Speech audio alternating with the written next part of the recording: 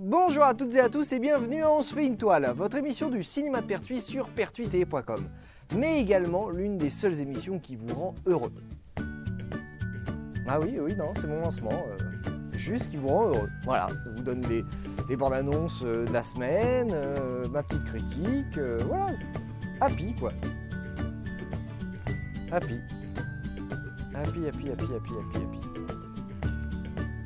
vais me prendre un café quand même moi, hein. Ouais.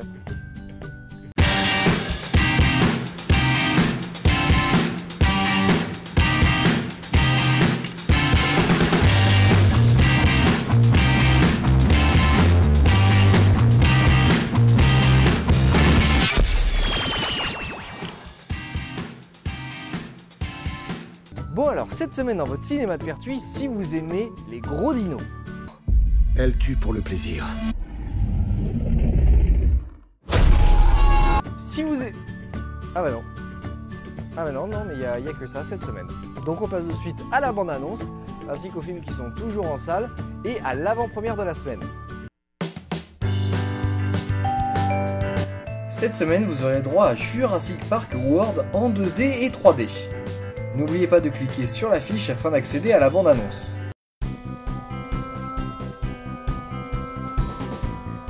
Mais n'oublions pas les films qui sont toujours en salle cette semaine, avec Qui c'est les plus forts, La loi du marché, San Andreas en 2D et 3D, et Les terrasses en VO.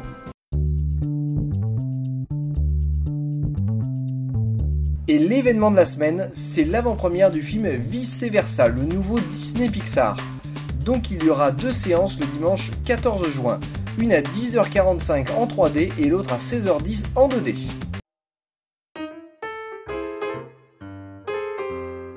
Alors, nous voici dans la seconde partie de l'émission pour la critique. Et la semaine dernière, je suis allé voir La loi du marché. Alors, le réalisateur, c'est Stéphane Brisé, qui a déjà travaillé sur 2 longs métrages avec Vincent Lindon, qui est ici le protagoniste principal. Pour parler de l'histoire, on suit donc Thierry, un homme à la recherche d'un emploi, car après des années de bons et loyaux services au sein d'une usine, il a été licencié comme beaucoup de ses camarades. Il tente alors de trouver par tous les moyens du travail afin de préserver sa famille. Heureusement, après des mois de recherche, il devient enfin vigile dans une grande surface. Bon, alors au départ, j'ai voulu voir ce film car Vincent Lindon a reçu le prix d'interprétation masculine au Festival de Cannes. Et comme j'aime bien l'acteur, je me suis dit pourquoi pas. Et c'est là ma première erreur. J'ai même emmené ma compagne en lui disant que par rapport à tous les blockbusters qu'on avait vus récemment, un bon petit film d'auteur français engagé nous ferait du bien. Et vous l'aurez compris, c'était ma deuxième erreur. Mais bon, je vais commencer quand même avec les points positifs du film. Tout d'abord, Vincent Lindon joue très bien. Effectivement, il y a un propos engagé contre la société de consommation, mais également contre la valeur presque marchande de l'homme dans le monde du travail. La plupart des acteurs présents sont des amateurs qui travaillent réellement à Pôle emploi ou dans le supermarché. Et cela ajoute une notion de réalisme intensifiée. Ensuite, on est totalement immergé dans la vie de Thierry et on perçoit toutes ses émotions même si celui-ci ne les exprime pas forcément. Ensuite, même si je sais qu'une majeure partie des films primés ou nominés à Cannes sont souvent... comment je pourrais dire ça chiant. J'ai tout de même voulu voir ce film. Et voilà ce que j'en ai retiré. Le long métrage est d'une longueur interminable. Je crois avoir vu littéralement pousser les poils de mon bras. Voilà. Alors, même si je vous ai dit il y a 2 minutes que Vincent Lindon jouait très bien, je dois avouer que franchement, il n'y a rien d'exceptionnel. Voilà, il joue bien, mais c'est pas exceptionnel. En fait, il joue un homme ordinaire qui est frappé par un problème du quotidien de tous les Français. Et il interprète en fait monsieur et madame tout le monde. Donc voilà, rien de folichon non plus. Certaines scènes du film ou certains plans sont carrément inutiles, ou alors beaucoup trop longs. Je peux comprendre que le réalisateur veuille montrer l'émotion du personnage ou sa gestion du quotidien. Mais là, faut arrêter d'abuser quoi, c'est exagéré.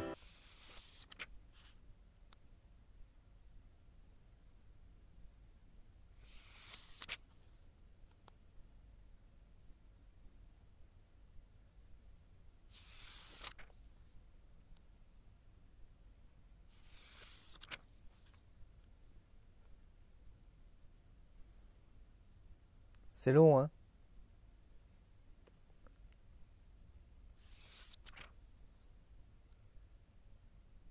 Et pour finir, lorsque Thierry est enfin embauché comme vigile dans un supermarché, il est confronté à toutes sortes de problèmes, notamment certains clients qui volent, le plus souvent par nécessité, aux caissières ou employés du magasin qui essayent de grappiller des points fidélité, et au patron qui veut virer des employés pour alléger sa charge salariale. Donc au niveau des hôtesses, tu zoomes bien pour voir si elles scannent tous les articles, vu qu'il n'y a pas eu beaucoup de départs en pré-retraite, donc il essaye de virer du personnel.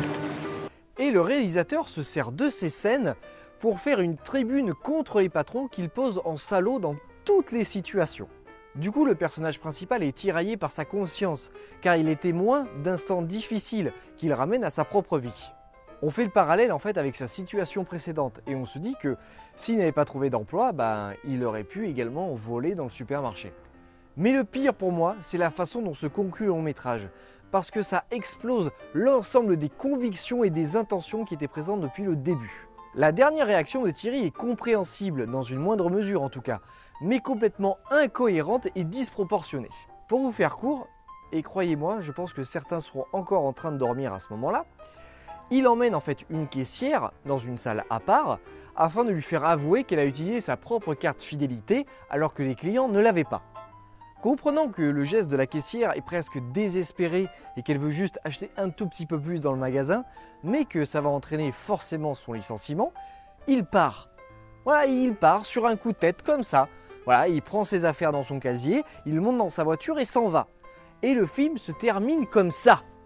Donc après toute la galère qu'il a accumulée pendant 15 mois de chômage, il décide de faire un abandon de poste, en sachant pertinemment que le patron n'attend pratiquement que ça pour virer des employés. Voilà. En plus, il a 2 emprunts sur le dos et un fils handicapé.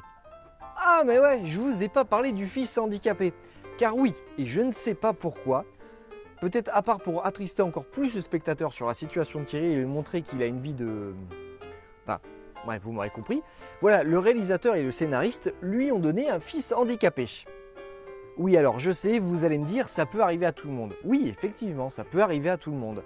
Et encore une fois, j'aurais compris cette situation dans un docu-fiction. Mais ici, on est dans une fiction pure.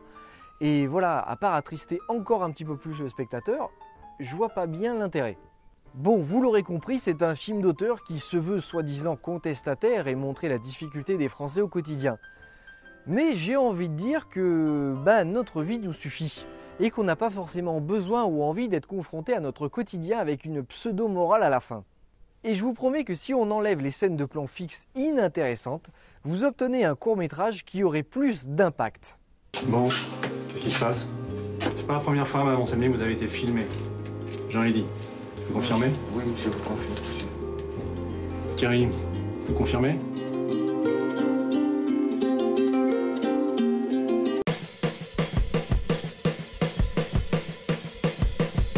Alors, nous voici à la fin de l'émission et j'espère que l'ensemble de la programmation vous plaît. Nous, on se retrouve la semaine prochaine pour une nouvelle émission. Et d'ici là, n'oubliez pas de partager la vidéo sur Facebook, sur Twitter, sur YouTube. Et également, si vous avez loupé la dernière vidéo, voici le lien. Voilà, bon écoutez, moi je vous souhaite de voir de bons films. Et à la semaine prochaine. Salut!